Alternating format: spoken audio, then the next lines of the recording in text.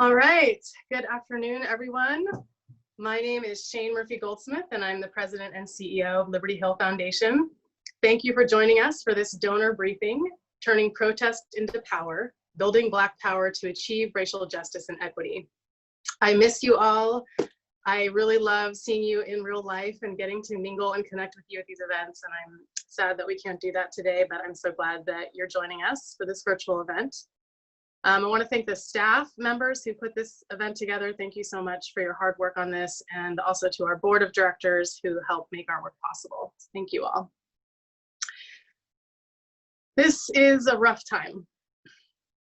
It is so tragic that it takes Blacks and Latinos getting sick and dying of COVID at highly disproportionate rates, watching a police officer lynch George Floyd and subsequent uprisings across the country, for so many people to finally wake up to the pandemic of systemic racism infecting our nation. It's infuriating to know that if all of those people had listened and cared at any point before, when Black people and others who suffer from systemic oppression have been organizing and fighting on these issues for hundreds of years, we could be avoiding the unnecessary pain and death right now. It is understandable that so many of us are filled with despair. And in moments like these, I think about John Lewis, who, as we know, passed recently. And we had the incredible honor of honoring him at our Upton Sinclair dinner a couple years ago. And he said, "Do not get lost in a sea of despair. Do not become bitter or hostile. Be hopeful, be optimistic. Never, ever be afraid to make some noise and get in good trouble, necessary trouble. We will find a way to make a way out of no way." If the man who got his head bashed in for standing up for racial justice could be hopeful, then so can we. I find my hope in the organizers on the front lines of these fights, the organizers that are getting into good trouble every day. You'll get to hear from a few of them today, be inspired by their leadership, and learn about ways that you can be part of their fight for justice.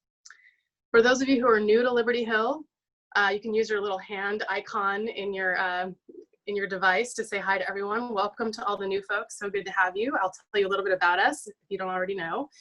We were founded 43 years ago, and one of our founders is here with us, Sarah Pillsbury. Hi to Sarah. Liberty Hill is the home for progressive Los Angeles. We believe that the people closest to the pain need to be the ones to lead the fight for change. We raise funds from people like you, other foundations, and government, and strategically invest them in grants, leadership training, and campaigns to build power in communities most impacted by systemic oppression, to achieve justice and equity.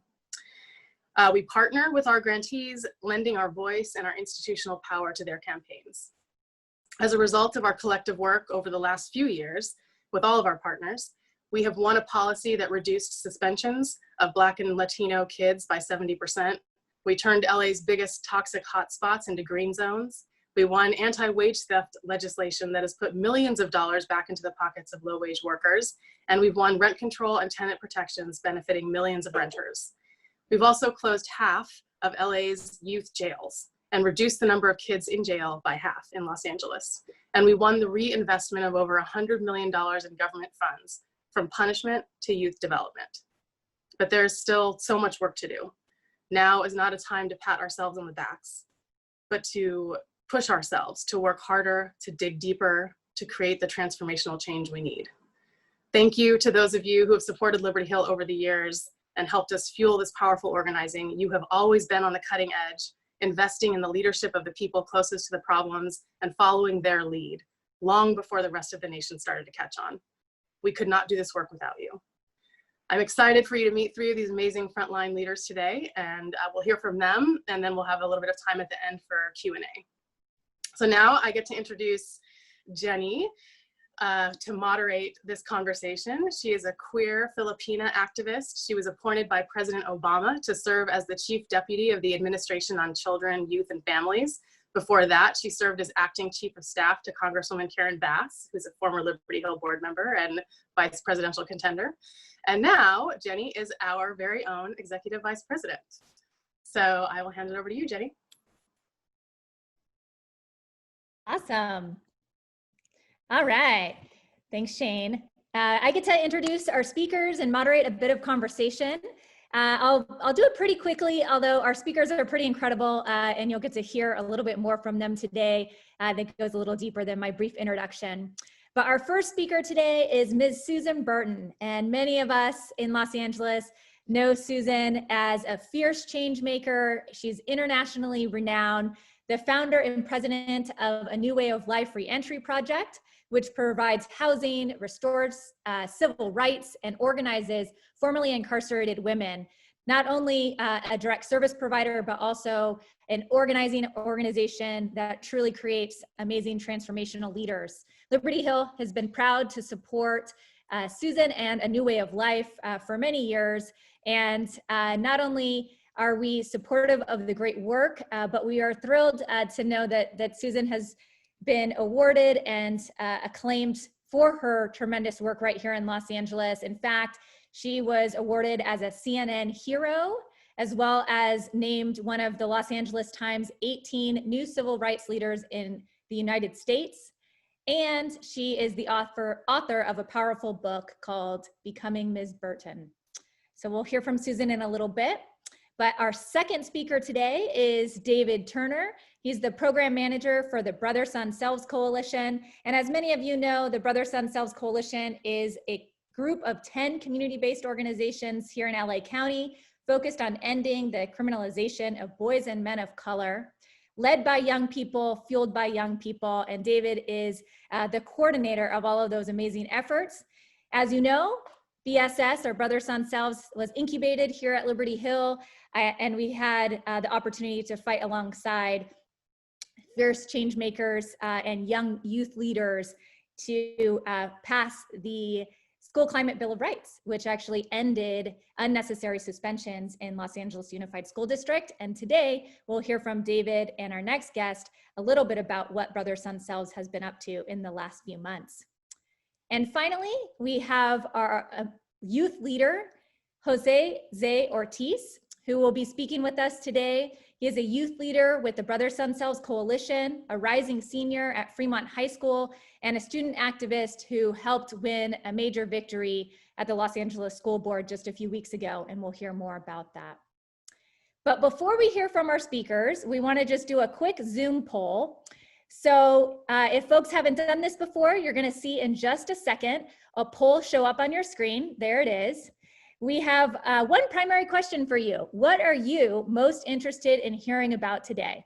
You can choose one of any of the following: local campaigns for racial justice, efforts to defund police and reimagine community safety, personal stories of LA activists, political landscape, or ways to give or take action.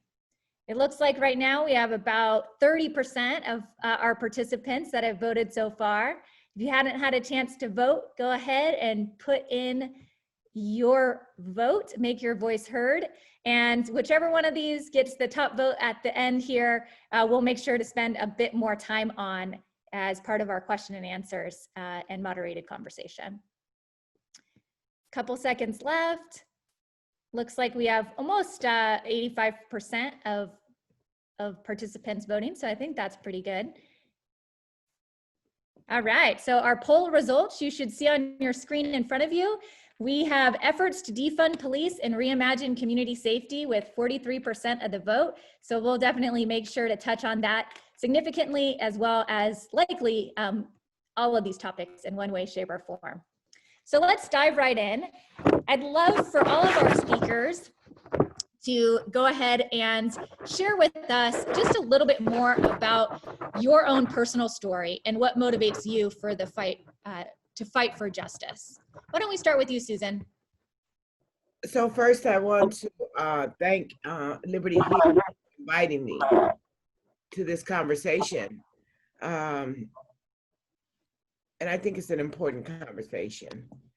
And second, I want to thank Liberty Hill because it's not many, many years that you supported A New Way of Life. It's many, many, many, many, many years that you've added support. I think when no one else would support our work, you saw promise in what we were doing and supported us. So I want to say thank you. my own personal story.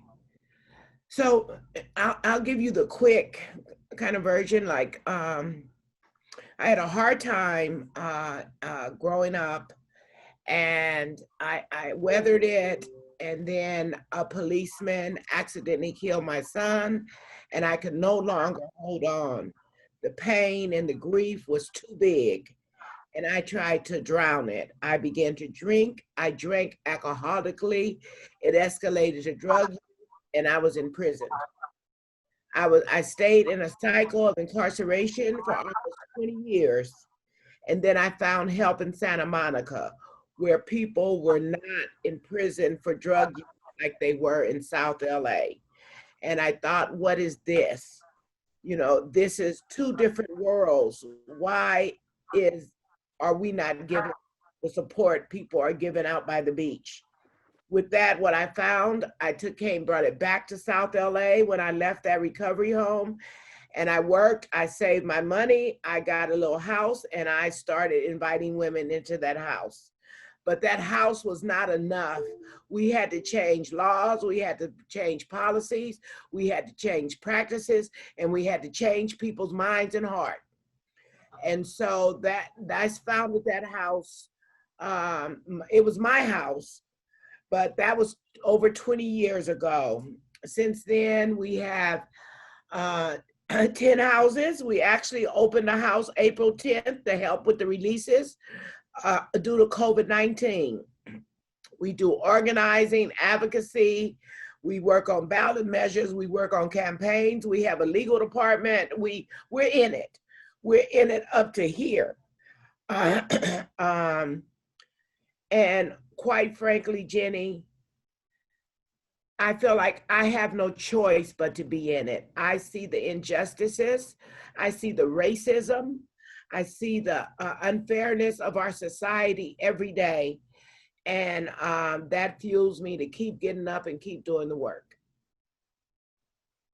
Thank you. Thank you, thank you, thank you. David, do you want to share a little bit about your story and what fuels you? Awesome, awesome. Hey, what's going on, people? David Turner here. So first, again, thank you to Liberty Hill for inviting me to this. I think it's a lot of people, right, want to do work for racial justice, but a lot of people aren't interested in the change of what's necessary to get there. And I'm definitely grateful for Liberty Hill for being at the forefront of that, especially here in Los Angeles for so long. I think for me, right, like what inspired me was my own personal experiences. In addition to learning about these experiences, right? So I not only attended 15 different schools before I got my high school diploma, but I'm also the only person in my immediate family to not be incarcerated. So because of that, right, like I've seen so many different things, right? When I went to schools that didn't have white children, we didn't have resources, right? When my mother and my father, right, you know, when they got into domestic disputes or when they had other issues, law enforcement always escalated the situation and never helped it, right? You know, I could remember sheriffs coming in my home to take my dad away for various reasons. There was one point where my mother was incarcerated for mental health issues as opposed to getting the support that she needed. So these things politicized me and inspired me to do the work of organizing, right? So that way we can work to change these systems, right? To transform these systems, to get rid of the things that were harmful in my community. So for me, right, like the work has been and continues to be, you know, it's one thing for us to talk about it, it's another thing for us to transform it. And that's what I've dedicated my life to. And now I currently manage a youth organizing coalition with boys and young men of color, like, you know, the little homie Zay, who you're going to hear from in a minute, you know, for us to work to change these conditions together. You know, so that's a little bit about me, and definitely excited to talk to you a little bit more about our work. Thanks, David. All right, Zay, you're up. Tell us a little bit about you and what makes you excited to be an activist? Hey everyone, my name is Jose, but everybody call me Jay. Okay, so me personally, growing up with my dad being Latino and immigrant from Mexico, and my mom being Black from South Central, I'm like my dad's mom don't speak no English. My grandpa barely know how to speak a little English, and on my mom's side, everybody speak English, nobody speaks Spanish. So I got a little of both worlds, and I understand like I got both like I understand both like struggles basically because I went through both. So me from like my experiences with like the police and stuff. So me personally, my name is Jose Ortiz, but the way I carry myself, to them they feel like I'm lying about my name. Like if I was to tell them my name, like getting stopped, like I ain't never had like no.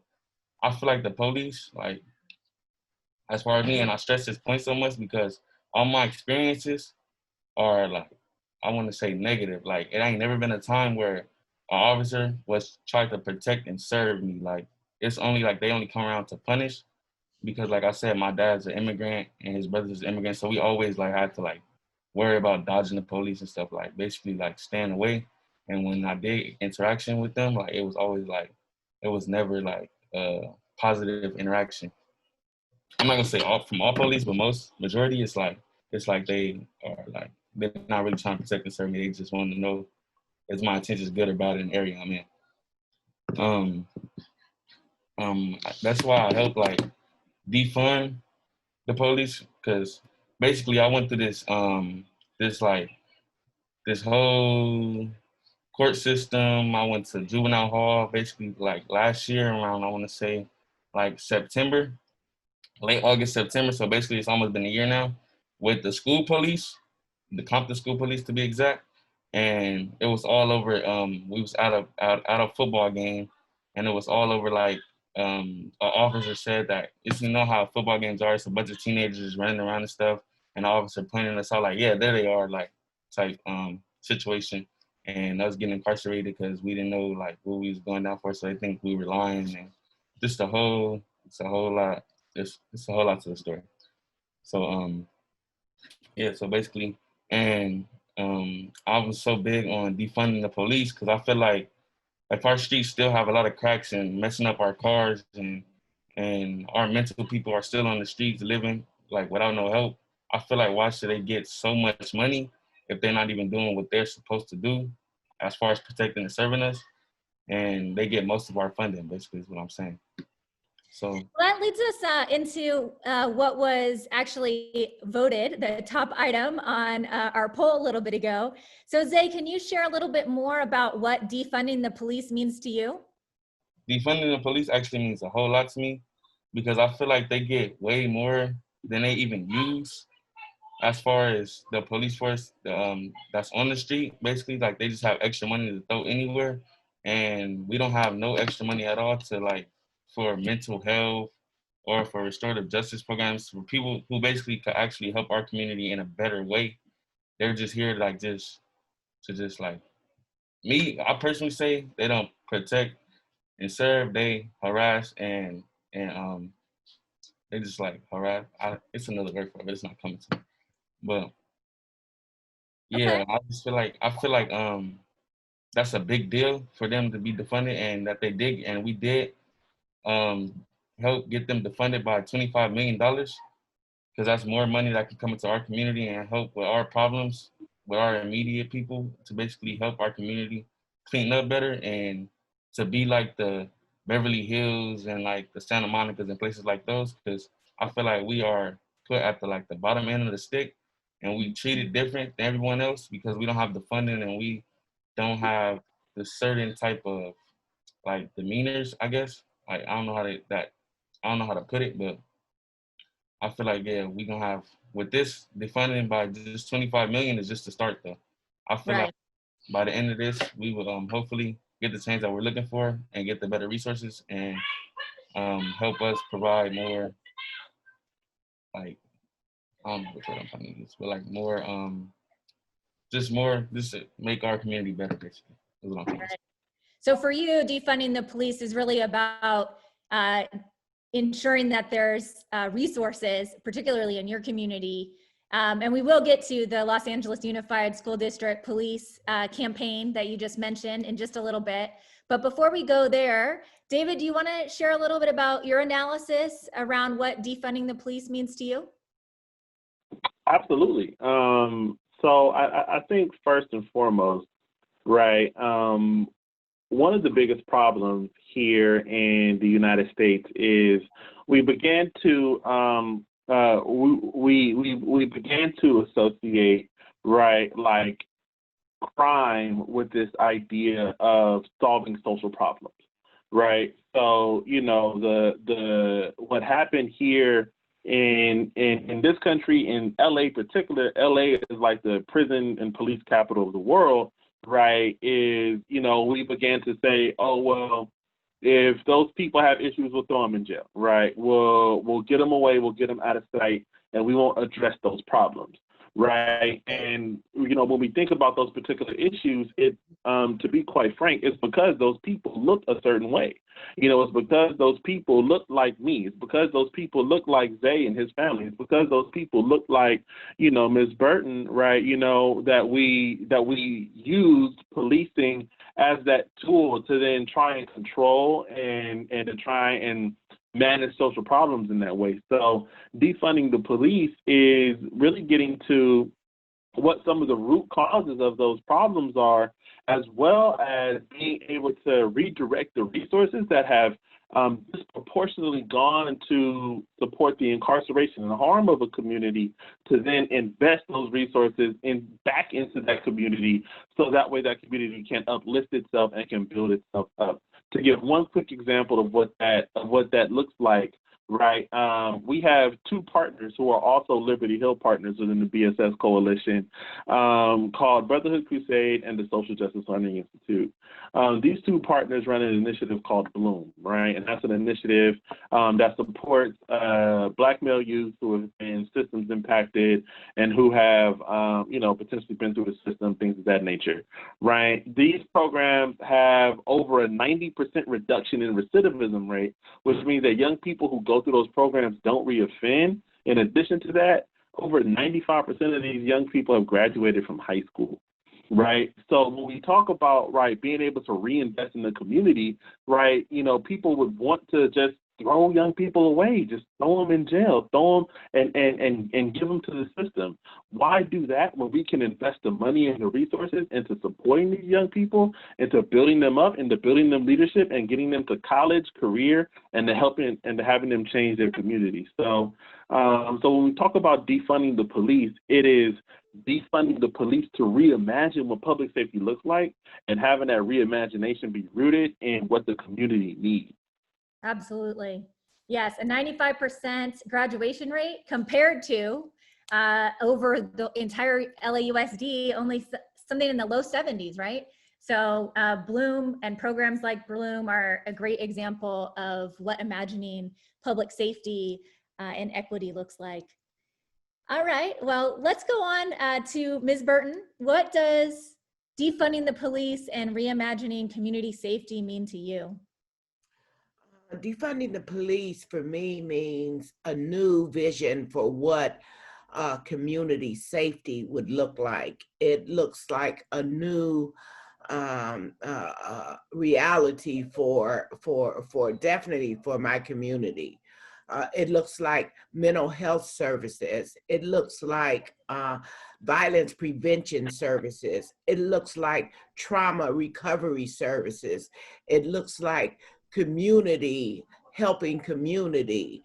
It looks like communities thriving. It looks like strong families. It looks like a decrease in Department in Children and Family placements of children. It just looks like a whole different world. What I know is police do not make us safe. Police are, you know, they're like organized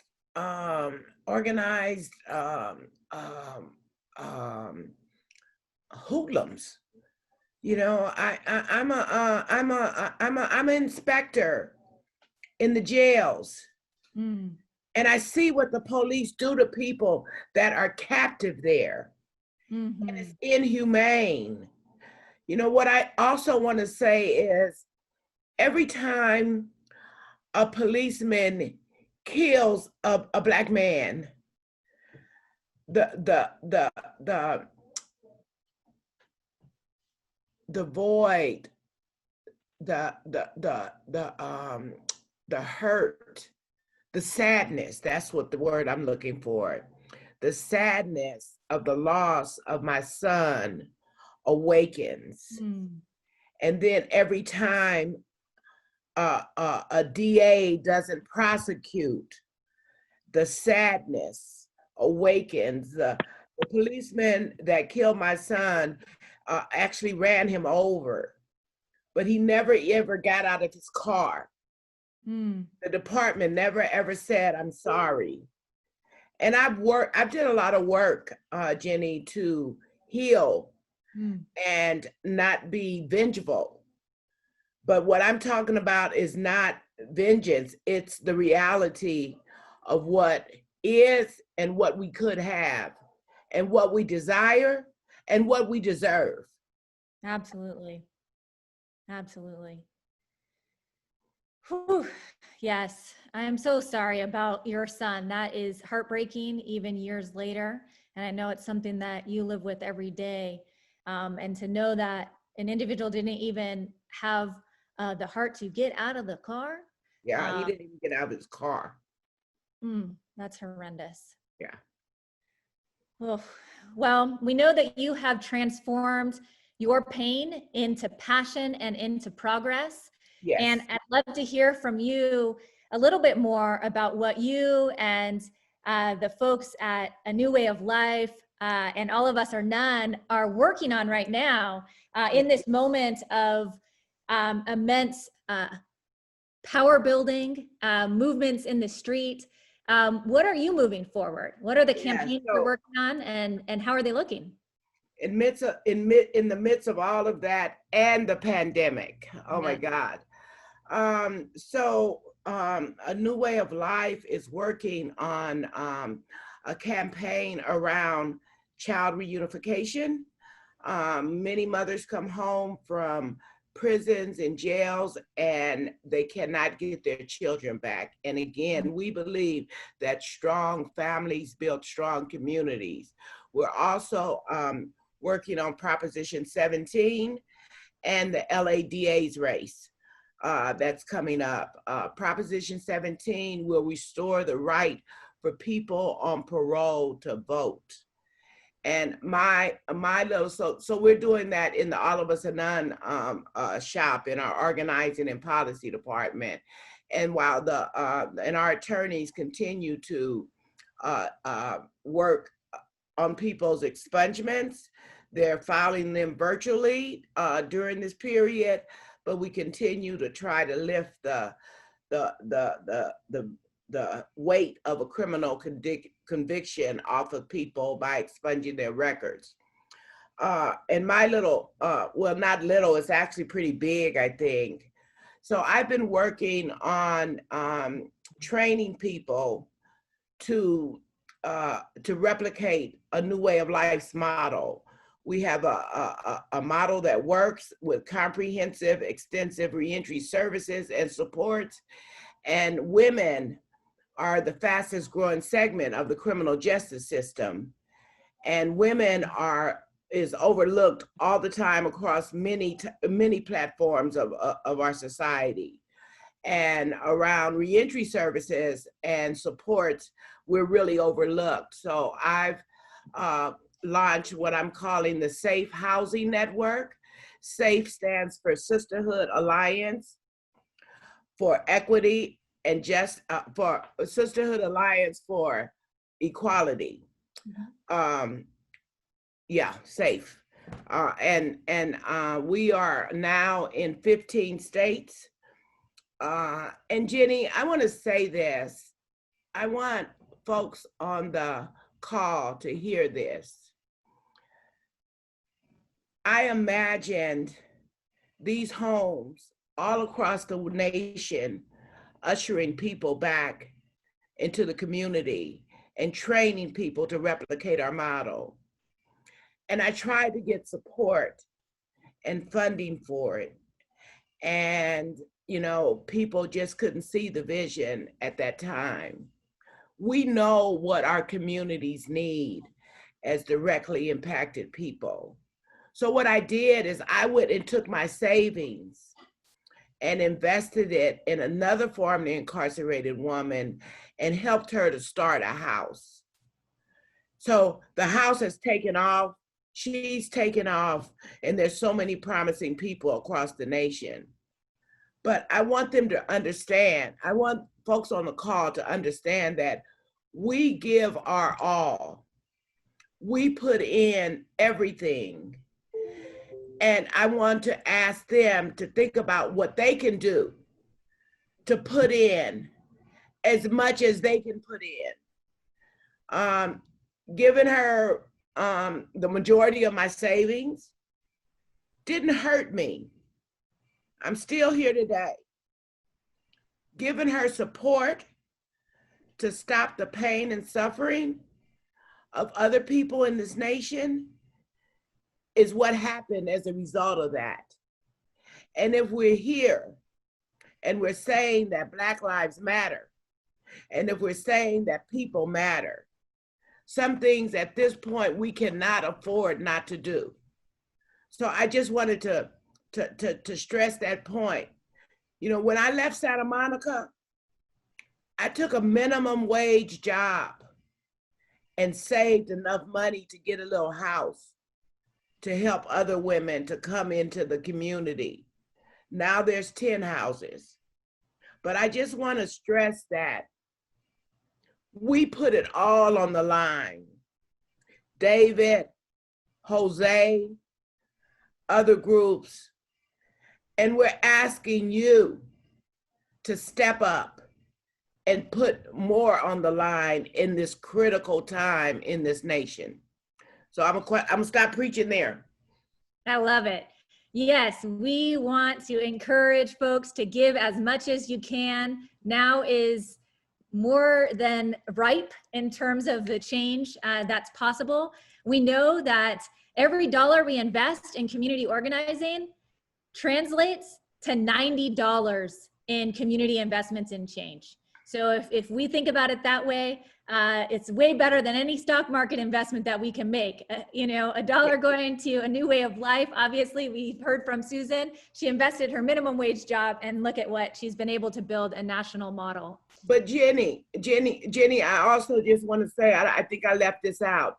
After investing my own money in that one house, there are 15 houses now across the nation that are replicating the model. Amazing.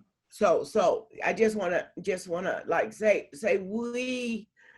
My mother used to make a dollar out of 15 cents, but that's some hard math there. All right, very good. We're gonna get back to you, Susan, in a little bit with some additional questions from the audience. We are a little over time already, but I definitely wanna give a huge shout out to David and Zay for amazing work. Zay mentioned it a little earlier. They were able to pass a new policy at the Los Angeles Unified School District, decreasing the police budget by $25 million and investing that in services for schools with high populations of Black youth, which is an incredible victory. Congratulations. We're gonna go to you, David, quickly. I know you have some slides for us to really share a little bit about the survey that you did prior to this most immediate victory that really demonstrates why school police have actually caused more harm than good on campuses and some of the other research findings. So David, you're up. Awesome. So to give you a little bit of background, the BSS Coalition, one of the things that we did was we conducted a survey of young people across Los Angeles County. For the total that made it to the final analysis, we were able to get about 3,300 results, 98% youth of color, 1 in 5 of the young people identified as LGBTQ, 1 in 6 of the young people were housing insecure, and 1 in 12 of the young people were impacted by arrest, right? So We really wanted to know what it is our young people experience in the communities and then how that can impact certain things. So to give you a quick snapshot of what this looks like, we asked young people, were they ever physically harmed by law enforcement? We had about 128 cases of young people who were physically harmed, but once we dug into the data a little deeper, we saw some real disparities, right? One, right, like with Black youth being disproportionately harmed compared to their percentage of the survey population. 1 in 3 of the young people who were harmed by law enforcement were never officially arrested or detained, right? And this led to deeper issues, right, where young people believe that law enforcement is overly aggressive, or maybe they've been stopped and questioned by law enforcement, or maybe young people don't feel, that law enforcement keeps them safe. Right. So I think some of the things, right, that when we're discussing, right, how police interact in schools, right, is with school is the only place where you can even feel safe, right? What does it mean that, law enforcement are the people who deal with issues on campus as opposed to counselors, as opposed to other folks, right, who should be the ones directly addressing those problems, right? So again, with that being said, right, like this is a huge issue. Next slide, please. Another thing we did was we just wanted to know how are young people impacted by systems, right? So how have they been arrested? Have they been in on or off campus suspension? Have they been on probation or parole, or have they, been sent out of class, been impacted by ICE? And one of the things that we saw was when young people have been arrested or when young people have had that official contact with law enforcement, turn to the next slide. Look at their life outcome. Look at all the other things that have happened to them, right, or that continue to happen to them when they have had that contact with law enforcement, right? So I'll use this as a particular example, right? So my sister, she is a graduate of the Inglewood Unified School District. She graduated a year late because she was expelled, right, for willful defiance, right? Willful defiance is a type of school suspension, right, or a type of school expulsion, school discipline policy, where young people could be suspended or even expelled for just about any reason, right, that people wanted to have. So she ended up graduating late, had to go to a continuation school, and had all other types of issues, right, like trying to get on track because of that. Ultimately, my sister, when she was about 24, she was arrested and incarcerated. She was arrested and incarcerated because she was having a domestic dispute with her partner at the time. With her particular case, right, she ended up, right, doing 2 months in Linwood Correctional Facility, right, because she defended herself from domestic violence. Right, because she defended herself, and then she ended up with a record. Right now, she has violence on her record, and that was a situation, right, that didn't necessarily require a police response or require a punishment response. What needed to happen was she needed to be protected in that moment, and she also needed, right, to have some sort of counseling. Right. In addition to that, to provide another example of what this police presence looks like and feels like, one of the young people who I worked with through the years I've been involved with the Brothers on Selves Coalition, his name is Amir Bates. He's a sophomore in college now, rising junior, as a matter of fact. My God, I'm getting old. So he's a rising junior in college, and one thing he did was he did a quick self-study of his own school. And for an entire week, he counted every single time he saw a police officer, and he compared it to every single time he saw any form of a counselor, whether it was a guidance counselor, whether it was a college counselor, restorative justice counselor, etc. And for an entire week, his tally was 44-1. And this is at a school that, that we would call progressive here in LA, right? So again, right, like we had this disproportionate response of trying to control people and trying to criminalize them. And because of that, it's having these adverse effects on communities, right? So the data that you saw is reflective of what happens when you oversaturate the community with criminalization and you don't provide the type of support that the community needs in order to succeed. So that is why we do the work that we do at Brothers Themselves. That is why, you know, the work of defunding the police and investing in communities is so critical, right? So that way young people like my sister in her particular case can get the type of support that she needed. So that way, you know, young people like Amir, when he was going to school, right, so that way he can be, you know, go to a school where he feels safe as opposed to going to a school with the same people who criminalize him, his family, his entire community. So I'll stop there. Thank you, David. And, you know, folks, we are going to come back to Zay during the Q&A, but we actually have a very special surprise for you now.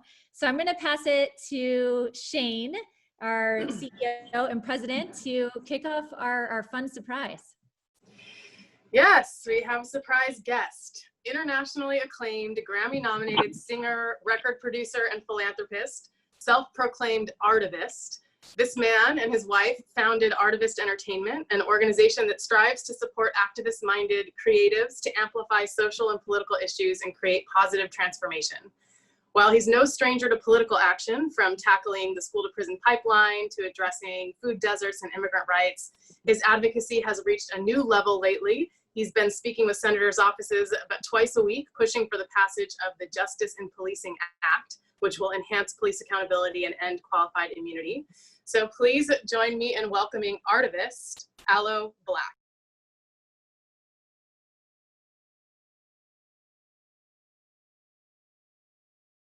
Hi, everybody. Hello. Thank you for having me. Hello, David. Hello, Zay. Hello, Susan. Quickly, I just want to thank you all for the service that you're doing. You are superheroes in this world, trying to make the community better for everyone. And I would like to say I'm sorry, Susan, for your loss. I want to speak today about one of the cultural issues within policing that needs to change, that I think we all can have an impact on if we are focused on it. There is a term called qualified immunity. And I just learned this term a few months ago. My legal scholar friend told me about it. And he said that this is the Supreme Court doctrine, the highest court of the land, that basically qualifies police to be immune from accountability, from civil lawsuits. And so I think about Susan Burton's unfortunate experience with her son being killed by a police officer. And regardless of the circumstances, it is virtually impossible for a victim or their family to seek remedy directly from an officer in a civil suit. And when an officer knows that he or she is not going to ever be liable for their actions, it really creates a culture of God complex, where they just do whatever they want and know that they don't have any way to be held accountable for it on a civil side. And quite often, no way on the district attorney side, because there's a conflict of interest in many district attorneys, as we know here in Los Angeles, like with Jackie Lacey, will not prosecute or charge cops. So what I've been focusing on is this qualified immunity piece, where the Supreme Court is saying police have immunity from their accountability. How do we change that? There are plenty of examples of how qualified immunity protecting awful government behavior has gone wrong. You know, a sheriff's deputy who shot a 10-year-old. He was aiming at the dog and wanted to shoot the dog, ended up shooting the kid. The family could not sue the cop to remedy their pain and suffering. A cop who shot a 15-year-old, officers who assaulted and arrested a man for standing outside his own house. Prison guards who locked up a naked inmate in cells filled with raw sewage and massive amounts of human feces. Cops who sicked a police dog on a surrendering suspect. The list goes on. And we know right now, with the murder of George Floyd by the police officer in Minneapolis, his lawyer is seeking remedy with a civil lawsuit against that police officer, against the city, But because the Supreme Court has this doctrine, it's quite possible that that will go nowhere. Now, on the criminal side, the Attorney General of the state has charged the police officers, and I hope that we see justice there. But let's take Breonna Taylor's case, where the Attorney General of the state nor the city attorney are willing to charge the police officers. There's right now no way for the family and for citizens in general to seek to be able to receive justice, because with qualified immunity standing, the family has a very difficult time to receive remedy from this police officer's egregious misconduct, brutality, and murder of Breonna Taylor. So what I'm working at every day is conversations with senators and our lawmakers in Capitol Hill to urge for this change. What we need is more people focused not just on these local pieces. Defunding and the police and refunding the people is super important, but let's not lose sight of this national measure that can create a new system of accountability, that can create a new culture within policing, knowing that they are going to be held liable. And right now, strategically, I'm focused on Lindsey Graham, who's the chairman of the Senate Judiciary, who needs to immediately bring this discussion to the floor so that they can have meaningful debate and come to a consensus with the senators like Cory Booker and Kamala Harris, with Republican senator like Senator Braun out of Indiana, who is opposed to qualified immunity, to find a new way forward. And that's from the federal piece that we can all do while we are so vehemently focused on making these dramatic local changes. Thank you for listening to what I have to say. I hope that you've learned something about this doctrine and that it will incense you and that you will want to have your senators, your representatives make this change so that we can have a transformation in the culture around accountability. Absolutely. Thank you so much for your activism, your artivism, your inspiring music, because your music brings us hope. Many of us activists listen to your music and when we're looking for a pick-me-up, and appreciate your continued organizing of other artists as well to use their platforms for justice. So here we go. We are going to try to open it up for questions. We only have about 10 minutes left. But if you have a question, you see some instructions on your screen now to raise your hand. On the left, we have desktop instructions. You click on participant and then raise hand. On the right, we have mobile instructions. Those three little dots lead you to a raise hand button. And we're gonna take a few questions at a time. So if you do have a question, go ahead and use that raise hand functionality. If you feel more comfortable putting your question in the chat, you're welcome to do that as well. I see a question from Sarah Vale, who's asking, how can we advocate for the national legislation? Share the name of the bill. The name of the bill is the Justice in Policing Act. Actually, it was recently renamed the George Floyd Justice in Policing Act. And we'll make sure to share out the phone number as well as, there we go, there's a link. Thank you, Aloe Blacc, for putting the link to the bill there. And certainly many of our members of Congress and certainly our Senator Kamala Harris is the co-author in the Senate. So we need to convince all the others throughout. Congresswoman Karen Bass, obviously the lead author in the House. I'm seeing no questions quite yet. So why don't I go back to questions to Zay while we have the opportunity. Zay, tell us a little bit about your experience and your role in winning the $25 million reduction in the Los Angeles School District police budget, and where you would like to see that money invested. Okay, so the day when we were trying to win and go, like, basically see if it was gonna be passed or not, we went to the place.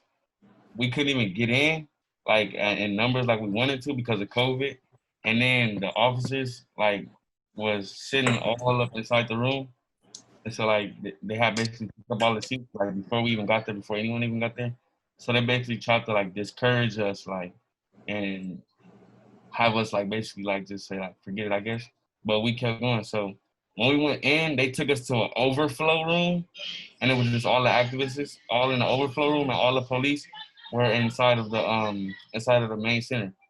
So when we went to go speak, we had to go downstairs and one by one go in, speak, and we had to leave out basically. Like, so it was fast.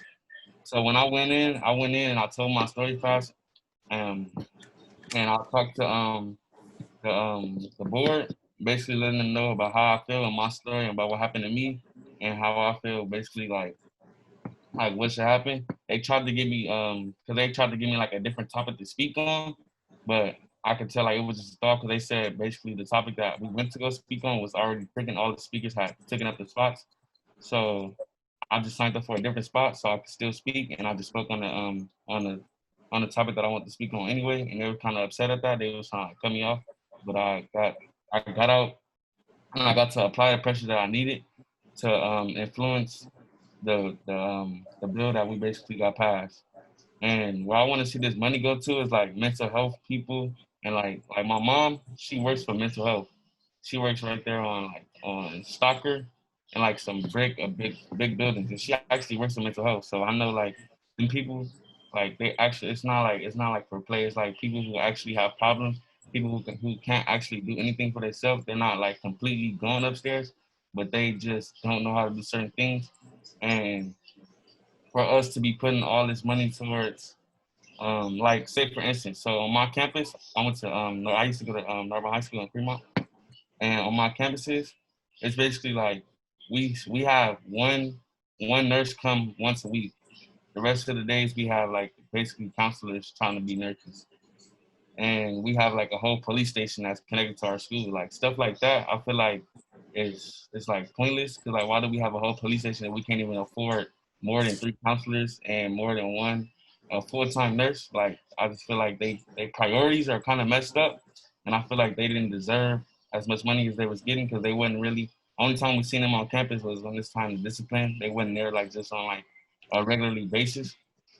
So I feel like I want to see all the money go to like resources like nurses and stuff, and like restorative justice as far as people that like can basically resolve problems in a different way and a better way than just automatically punishing like getting expelled or suspended and stuff like that. Or like just talk to you, see the problem, basically get to the down to the bone. Because like most people, if you talk to them and ask them what's their reasoning, and they open up and feel like they could tell you, and you could probably like, as far as your job as being like a restorative justice person, you could maybe like talk some better sense into them, or talk a better solution into them. And believe it or not, students listen, and even if they don't act like it, they still got an ear for it, and they still will. Like, when it comes to them later on, if it don't come to them right then and there. So I feel like restorative justice would be a big way to change the safety and change like the view of schools. I mean, of school policing.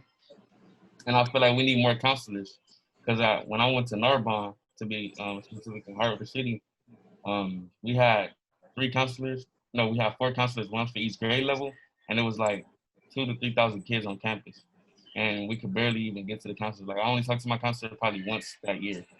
Wow. And like I was in like the traffic and stuff. Like we had to set appointments, and then sometimes we could schedule an appointment on the day she's off. So it's like we don't even get to talk to her. Like we never really got to talk to her. So those are like three of the specific places I want to see money go to. Yes, indeed. Here. So I'm hearing nurses, I'm hearing restorative justice, I'm hearing mental health, all better uses of the limited funds for LAUSD. I'm seeing a couple questions here, and I'm going to do these ones really quick, speed round, so that we could end on time. The first question I saw here in the chat was from Celia Bernstein, which is, who are our guest speakers supporting as VP? So Susan, Zay, David, you want to shout out any of the people you're supporting? 2-word answers if you have someone. I'm supporting I mean, I'm supporting Karen Bass. Bass, Yeah, yes. that's it. Okay, Zay, that's you too? Yeah, Care Karen. Bass. Okay, we got a lot of Karen Bass love. Yes, our former board member and courageous member of Congress and chair of the Congressional Black Caucus. Seemed like an easy answer for most folks. I'm seeing also,